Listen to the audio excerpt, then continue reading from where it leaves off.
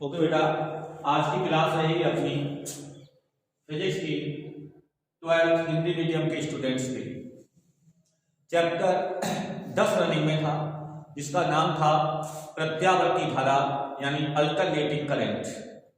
पिछले लेक्चर में हम पढ़ चुके थे कि प्रत्यावर्ती धारा या प्रत्यावर्ती वोल्टता के लिए औसत मान धनात्मक अर्ध चक्र में भी पढ़ा था, ऋणात्मक अर्ध चक्र में पढ़ा था और उसके बाद हमने पढ़ा था पूरे चक्र में। और हम ये पहले बता चुके हैं कि प्रत्यावर्ती धारा का तात्क्षणिक मान क्या होता है। प्रत्यावर्ती धारा का तात्क्षणिक मान होता है I बराबर Im साइन ओमेगा टी और वोल्टता का तात्क्षणिक मान होता है V बराबर Vm sine omega T. Right, ये जो मान है ये किसका मान है? धारा। तो जो आंसर धारा के आते हैं उसी में बस I की जगह V आ जाता है और Im की जगह Vm आ जाता है, क्योंकि दोनों समीकरण एक जैसे हैं। जिसमें ये Im क्या है? ये है धारा का शिखर मान या अधिकतम मान, और Vm क्या है? वोल्टता का अधिकतम मान या उसका शिखर मान।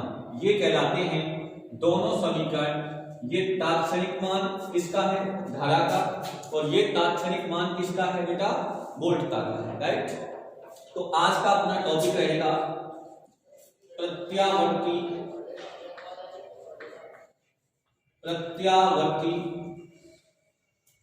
धारा का।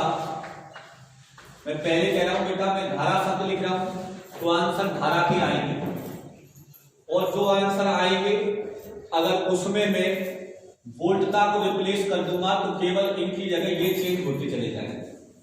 प्रत्यावर्ती धारा का वर्ग माध्य मूल मान। क्या लिखा मैंने? प्रत्यावर्ती धारा का वर्ग माध्य मूल मान। माध्य का मतलब औसत भी होता है। क्या होता है? औसत। तो देखिए, जैसा कि इसके नाम से पता लग रहा है, इसको इंग्लिश में कहते हैं, इंग्लिश में थोड़ा उल्टा चलते हैं, वर्ग माध्य मूल। तो मूल को इंग्लिश में कहते हैं रूट। क्या कहते हैं? रूट। माध्य को क्या कहते हैं? मीन। और वर्ग को क्या कहते हैं? स्क्वायर। इसलिए ये प्रत्यावर्ती धारा का आरएमएस मान निकालना है। कौन सा मान निकालना है? RMS, root mean square. इसको कहते हैं धारा का वर्ग माध्य मूल मान। तो देखिए, जैसा कि नाम से पता लग रहा है कि इसकी परिभाषा क्या है वो समझिए। देखिए, तात्क्षणिक कौन सी बेटा? ये कौन सी धारा है? तात्क्षणिक। तात्क्षणिक प्रत्यावर्ती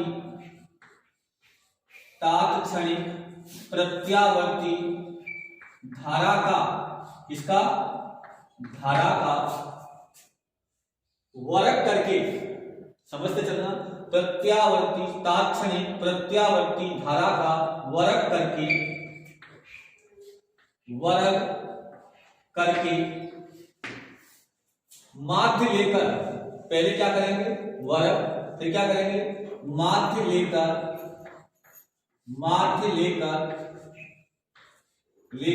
फिर क्या करेंगे? वर्गमूल। माध्य लेकर वर्गमूल करने पर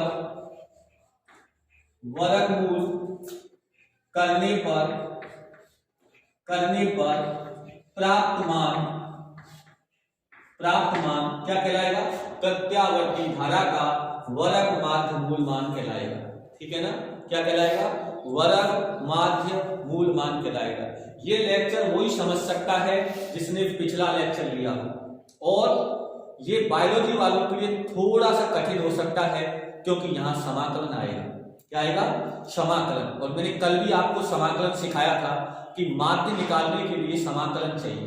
ज्यामितीय फलनों का माध्य कैसे निकाला जाता है वो हमने सिखाया। देखिए अब इसकी परिभाषा के अनुसार हो गया, आई क्या है, तात्क्षणिक धारा, और आर एम एस यानी रूट मीन स्क्वायर RMS बराबर, मेरी क्या परिभाषा बोली है समझते चलना। मैंने बोला तात्क्षणिक धारा का सबसे पहले क्या करेंगे, वर्ग, ये क्या कर दिया बोलो वर्ग, फिर क्या करेंगे माध्य, माध्य को किससे लिखा जाता है बार, और उसके बाद क्या बोला वर्गमूल, इसका क्या कर देंगे वर्गमूल, राइट बेटा।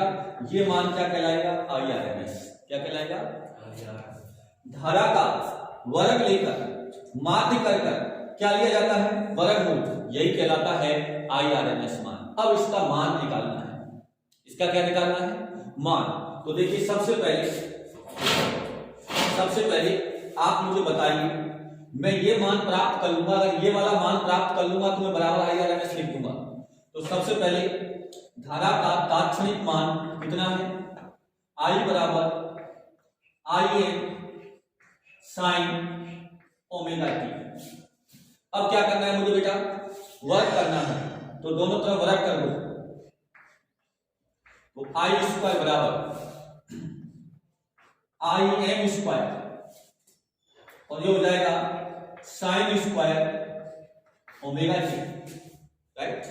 अब क्या करना है, दूसरे नंबर पर निकालना है माध्य। माध्य निकालने का तरीका देखिए क्या था कि I स्क्वायर का माध्य, इसका तरीका होता था समाकलन पूरे चक्र के लिए क्या आ जाएगा, 0 से कैपिटल T, एक पूरे चक्र के लिए, और यहां आ जाएगा किसका मान निकाल रहे हो I स्क्वायर का, तो यहां आ जाएगा I स्क्वायर, यहां क्या आ जाएगा dt, और नीचे क्या आ जाएगा समाकलन 0 से T dt। ये मैंने कल अच्छे से सिखाया था। अब इसको हम हल करेंगे, तो ये आएगा I स्क्वायर का बार बराबर समाकलन 0 से कैपिटल T, एक पूरे चक्र के लिए I स्क्वायर का मान कितना है IM square sine square omega t, और इंटू dt, और बटे में आप बताओ dt का समाकलन क्या होगा t होगा, क्या होगा t, और लिमिट क्या रखेंगे फिर t माइनस 0, तो क्या बचेगा t, अरे बचेगा कितने, dt का समाकलन क्या होगा t, और उसकी लिमिट क्या रखेंगे 0 से t, और जब लिमिट रखेंगे तो पहले t की जगह अपर लिमिट, तो अपर लिमिट क्या आ जाएगी कैपिटल T, फिर माइनस लोअर लिमिट 0, तो क्या बचेगा t, और इस t को मैं क्या लिख सकता हूं यहां पर 1/t ऐसे। अब मेरे पास बचता है बेटा ये समाकलन, इसका समाकलन, इसको मैं ऐसे लिख लेता हूं पहले I स्क्वायर का माध्य IM नियतांक के भाग लिख लो, तो IM स्क्वायर बटे t, और समाकलन 0 से t sine square omega t dt।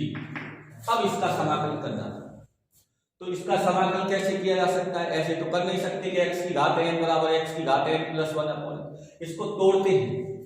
हम एक सूत्र जानते हैं किसका, cos 2 थीटा का, किसका cos 2 थीटा का सूत्र क्या होता है साइन की फॉर्म में 1 माइनस 2 साइन स्क्वायर थीटा, ये होता है।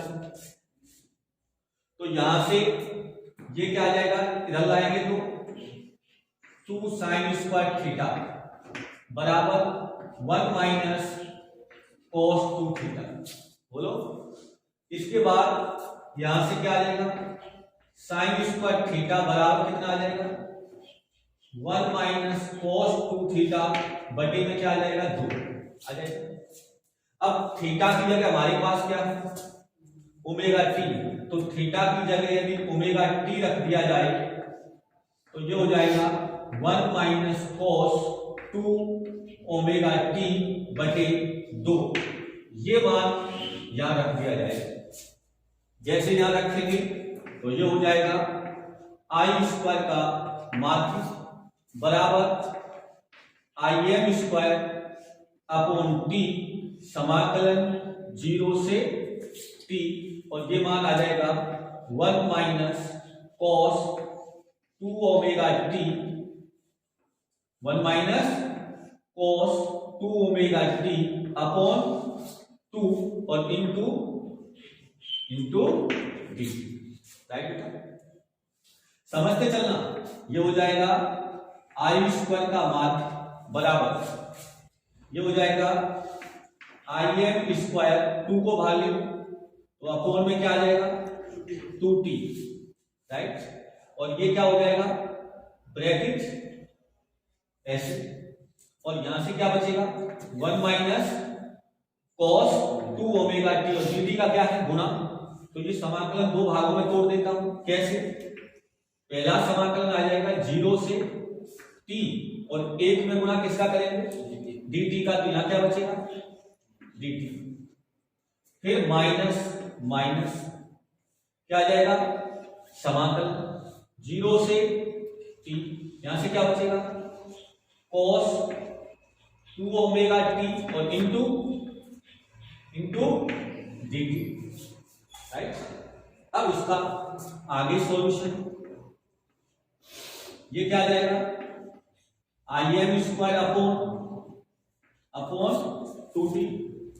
अब मुझे समाकलन बताएगा कोई, dt का समाकलन क्या होगा t होगा, dt का समाकलन क्या होगा t, और इसकी लिमिट क्या आ जाएगी 0 से t, फिर क्या आएगा माइनस। अब बताओ cos 2 ओमेगा t का समाकलन साइन, ये हो जाएगा cos का क्या होता है साइन 2 ओमेगा t। अब किसका करेंगे 2 ओमेगा t का अवकलन, 2 ओमेगा t का अवकलन t के रेस्पेक्ट में क्या होगा 2 ओमेगा, क्या होगा, और वो कहा जाएगा भाग में, कहा जाएगा तो अपोन में क्या आ जाएगा 2 ओमेगा, और इसकी लिमिट क्या हो जाएगी 0 से कैपिटल T और ब्रैकेट। अब लिमिट रखेंगे अपन, यहां से आ जाएगा आई स्क्वायर का बात बराबर I am square upon 2t, limit रखेंगे बेटा, तो अपर लिमिट क्या है t और लोअर लिमिट क्या है 0, तो t माइनस 0, यानी बोलो। अब यहां रखते हैं अपन, तो माइनस माइनस रख दिया और ब्रैकेट स्टार्ट, पहले क्या रखनी है अपर लिमिट किसकी जगह स्मॉल t की जगह, और बेटा ओमेगा बराबर क्या होता है, ओमेगा बराबर कल बताया था 2 पाई अपॉन t, तो लिमिट रख रहा हूं मैं। अब देखो साइन 2 और ओमेगा की जगह क्या आएगा 2 पाई अपॉन t। अच्छा ऐसा करता हूं, ये क्या है माइनस और 2 ओमेगा को बाहर लिख लेता हूं, कोई दिक्कत नहीं, और इसकी जगह क्या आ जाएगा बोलो इनटू कैपिटल T, फिर माइनस लोअर लिमिट तो साइन। अब देखो चाहे मान रखो मत रखो, t की जगह 0 रखेंगे तो उसका कोण क्या हो जाएगा 0, तो ये हो जाएगा साइन 0 ब्रैकेट 1। अब इसको हल करें अपन,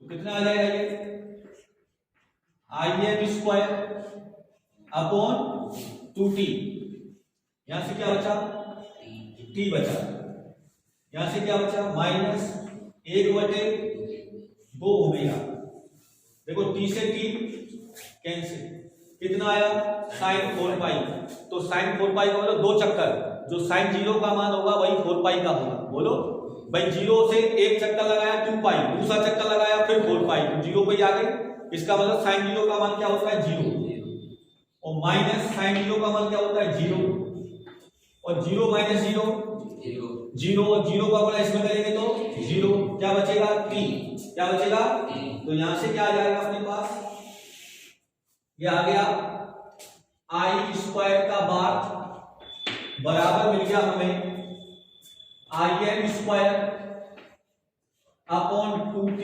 इंटू t, t से t कैंसिल, तो क्या बचा, ये बचा हमारे पास आई स्क्वायर का बार बराबर क्या बचा, Im स्क्वायर अपॉन 2 अपॉन, लेकिन अभी हमने सिर्फ परिभाषा के अनुसार IRMS कब आएगा, बोलो IRMS कब आएगा, अभी तो हमने क्या निकाला है, वर्ग माध्य, अब क्या लेना पड़ेगा, मूल।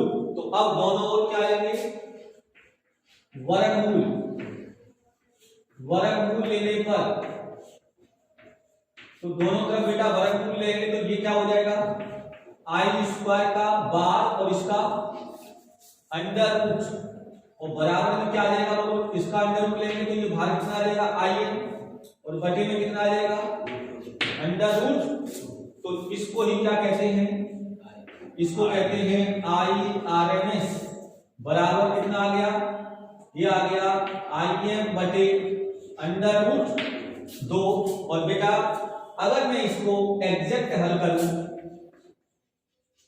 तो अंडर रूट 2 का मान कितना होता है 1.414, और एक में 1.414 का भाग दूंगा तो इसे याद कर लो, ये आता है 0.707, कितना 707। तो यहाँ क्या बचेगा, क्या बचेगा IM, क्या बचेगा IM। अच्छा इसको मैं प्रतिशत में लिखूं तो ये कितने प्रतिशत हो गया 70.7, कितना हो गया 70। अरे नीचे पॉइंट उठाएंगे तो कितनी जीरो आएंगे 3, और 1/100 को क्या कहते हैं प्रतिशत, एक जीरो छोड़ के पॉइंट लग जाएगा तो 70 पॉइंट। तो इसको मैं ऐसे भी लिख सकता हूं कि IRMS बराबर, कैसे लिख सकता हूं, IM का 70.7%, मतलब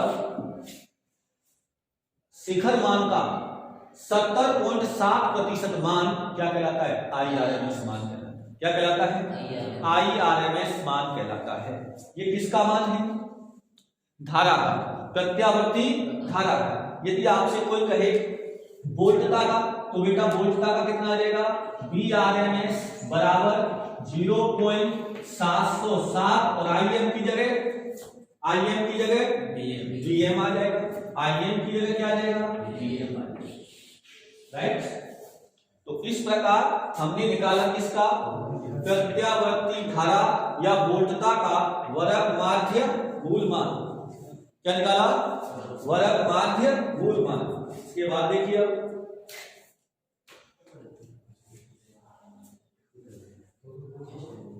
अब देखिए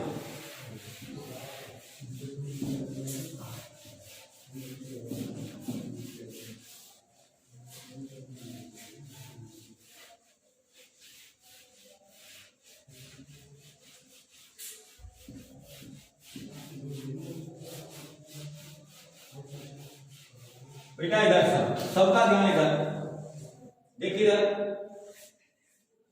ये जो प्रत्यावर्ती धारा का RMS मान होता है, ठीक है ना, ये IRMS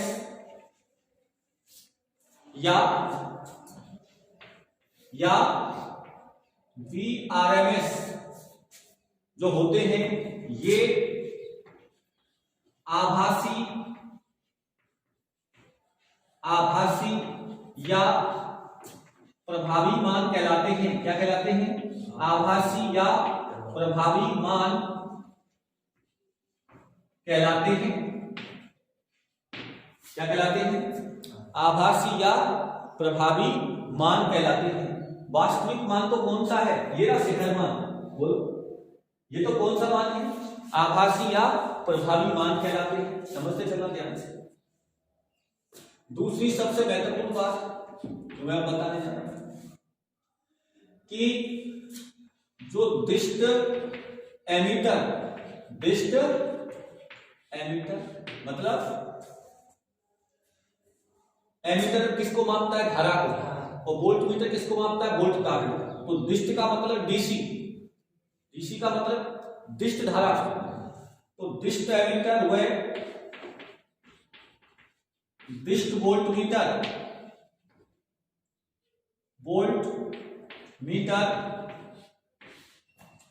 विद्युत धारा के चुंबकीय प्रभाव पर आधारित होते हैं। तो चैप्टर 7 में पढ़ोगे आप, चुंबकीय प्रभाव पर क्या होते हैं, आधारित होते हैं, जो बेटा धारा और वोल्टता के औसत मान बताते हैं। क्या बताते हैं, औसत मान। जो धारा या वोल्टता के औसत मान बताते हैं। क्या उनसे मान बताते हैं, औसत मान बताते हैं। इसलिए ये वाले उपकरण प्रत्यावर्ती मान को नहीं माप सकते। इसलिए ये प्रत्यावर्ती मानों को नहीं माप सकते, नहीं माप सकते। क्यों नहीं माप सकते पता है बेटा, क्योंकि ये किसको बता रहे हैं, औसत मान। और प्रत्यावर्ती धारा या प्रत्यावर्ती वोल्टता का औसत मान 0 होता है। क्या होता है, 0। इसलिए ये उस मान को नहीं माप सकते, क्योंकि ये औसत बताएंगे और औसत होता है 0, तो इनकी सुई तो 0 पे ही रहेगी हमेशा। इसलिए इसके मान को, इसलिए ये प्रत्यावर्ती मानों को नहीं बता सकते, क्योंकि प्रत्यावर्ती वोल्टता व धारा के औसत मान शून्य होते हैं, शून्य। तो अब प्रश्न ये उठता है कि इनको कौन मापेगा, इनको कौन मापेगा। तो सुन ले अब, प्रत्यावर्ती वोल्टता एवं धारा को तप्त तार, कौन सा, तप्त तार एमीटर, मैंने पहले वोल्टता लिखा है, तप्त तार वोल्टमीटर व एमीटर द्वारा मापा जाता है, मापा जाता है। किसके द्वारा, तप्त तार। और ये किस सिद्धांत पर कार्य करते थे, धारा के चुंबकीय प्रभाव पर। और ये किस पर करते हैं, ये ताप पर आधारित युक्तियां हैं, मापा जाता है। और ये तापीय प्रभाव पर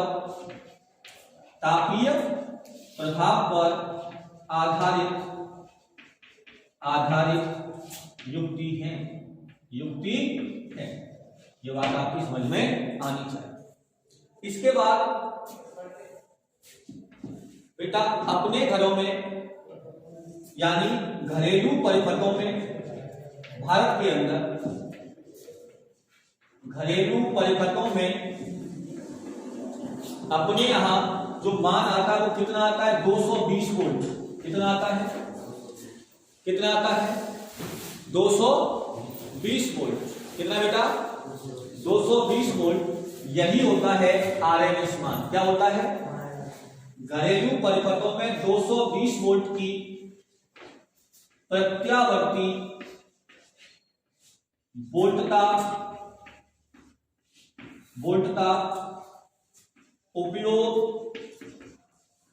उपयोग होती है।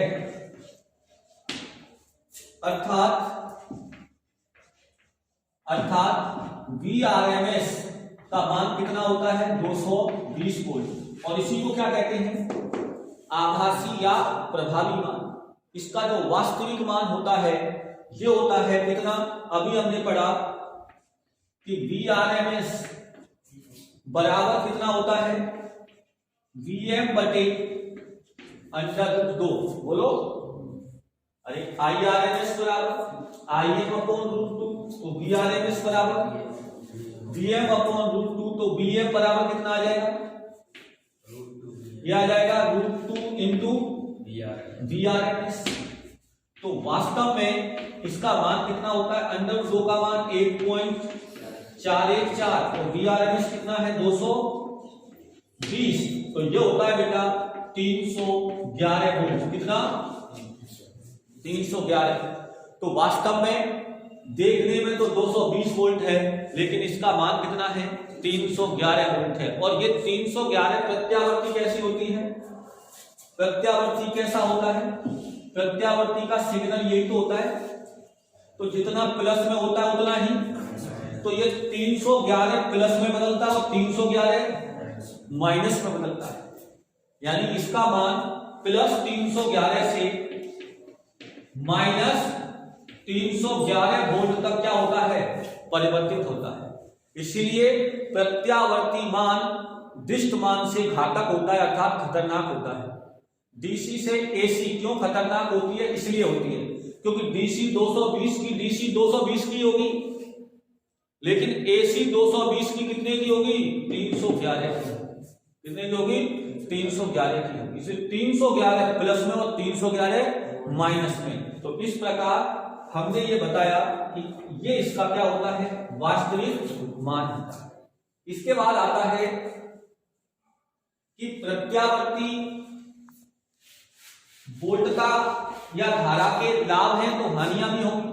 बोलो, तो लाभ और हानि की बात और कर लेते हैं ताकि अपन प्रत्यावर्ती का काम तमाम कर दें।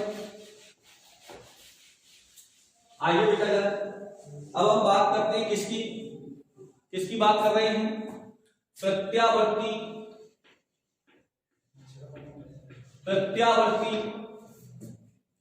अगर मैं वोल्टता कह रहा हूं तो उसके साथ धारा भी है।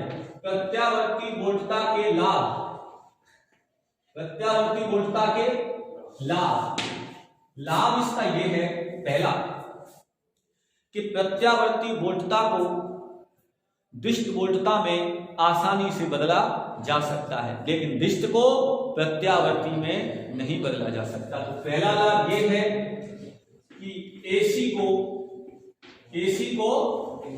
डीसी में आसानी से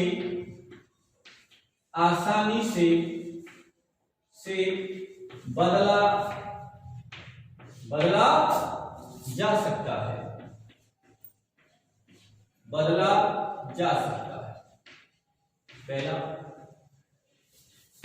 दूसरा कोई बता सकता है प्रत्यावर्ती का लाभ?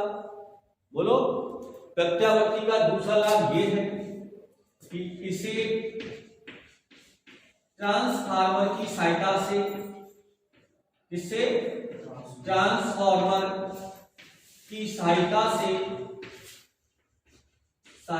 से कम या ज्यादा किया जा सकता है, कम या ज्यादा किया जा सकता है। आपने पढ़ा होगा कि ट्रांसफार्मर दो प्रकार के होते हैं, एक उच्चाई और एक अपचाई। उच्चाई ट्रांसफार्मर जो वोल्टता को बढ़ाता है और अपचाई जो कम करता है। जैसे पावर हाउस पर कौन से होते हैं? उच्चाई, और अपने गांव में कौन से होते हैं? अपचाई, जो बड़ी लाइन को छोटे मान में बदलते हैं। ठीक है। तीसरा, जो प्रत्यावर्ती जनित्र या मोटर, प्रत्यावर्ती जनित्र या मोटर जो होती हैं ये दृढ़ होती है, यानी मजबूत होती है, और इन्हें आसानी से उपयोग में लिया जा सकता है, यानी इनको उपयोग में लाना आसान होता है, यानी इन्हें आसानी से उपयोग में लिया जा सकता है, ये तो कुछ इसके क्या थे? लाभ। अब हम बात करते हैं किसकी बेटा? हानि की। इसकी बात करें बेटा, हानि। तो हानि देखिए, सबसे पहली हानि तो यही है कि ये खतरनाक होती है, बच नहीं सकता इससे कोई, अगर इसके चक्कर में आ गया। बोलो, आप ऐसे कह सकते हैं यह डीसी की अपेक्षा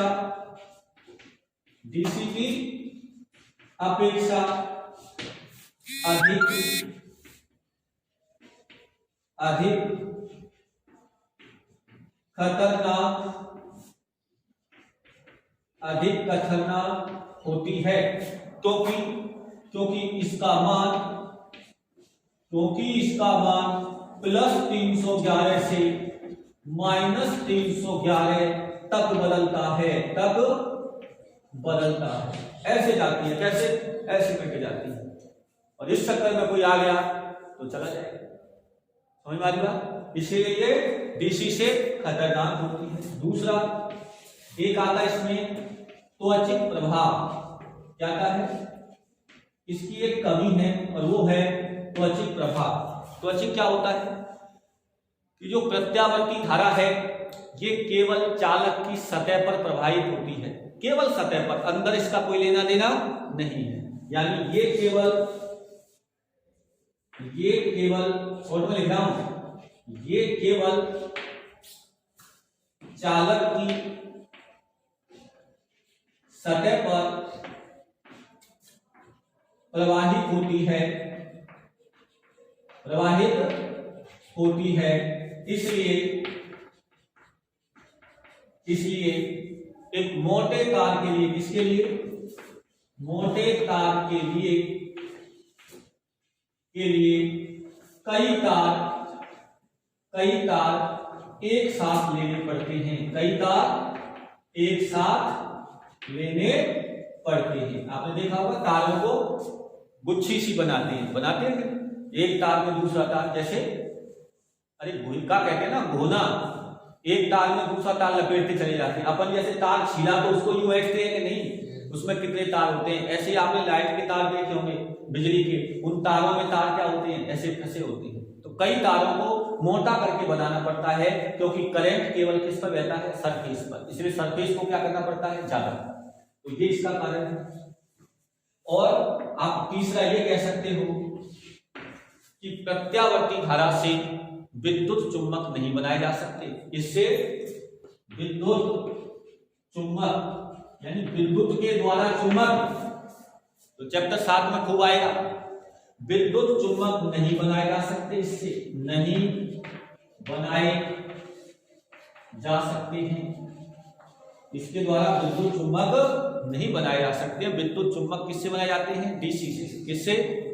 डीसी से बनाए जाते हैं। तो इस प्रकार इसके लाभ हो गए, हानि हो गई, तो ये प्रत्यावर्ती का काम हुआ खत्म। नेक्स्ट लेक्चर में नेक्स्ट टॉपिक लेके आएंगे। आज के लिए इतना ही, धन्यवाद।